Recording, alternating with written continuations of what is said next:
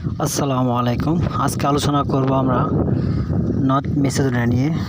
তো যারা নর্থ মেসিডোনিয়ার জন্য অ্যাপ্লিকেশন করছেন বা যাওয়ার জন্য চেষ্টা করছেন তাদের জন্য সুখবরটা এরকম, আমরা সার্বিয়াকন, মন্টিনিগ্রন বা আরও অন্য যে আদার ইউরোপ আছে, রোমানিয়া, কসোভো, ওইসব দেশে তো আপনার ভিসা হইতে সময় লাগতেছে, কিন্তু নর্থ মেসিডোনিয়ার ভিসা এই মাসে আমরা পাইছি।